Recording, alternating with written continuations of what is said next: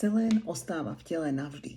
Prečítala si moja klientka v nejakom príspevku na internete. Brala selén metionín pre Hashimoto, čo je autoimunita štítnej žľazy, a cítila sa lepšie. Potom narazila na príspevok na internete, zlakla sa, že selén sa z tela nevylučuje a môže byť toxický. Takže ho prestala užívať zo dňa na deň. O pár týždňov sa vrátila únava, mozgová hmla a cítila sa horšie.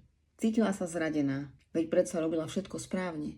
Pritom problém nebol selén, ale ten mýtus, čo čítala. Selén sa vylučuje močom, stolicou, pri vysokých dávkach aj dýchom. Selén metionín je vysoko vstrebateľná organická forma selénu. Má síce dlhší počas eliminácie, niekde medzi 100 až 250 dní, lebo sa zabuduje do tkaní, ale to neznamená, že zostáva v tele navždy. Vrátila sa k 100 mikrogramov denne a príznaky ustúpili. Pomalá eliminácia neznamená žiadna eliminácia. Ulož si toto video a pošli ho niekomu s Hashimotom, kto to práve teraz potrebuje.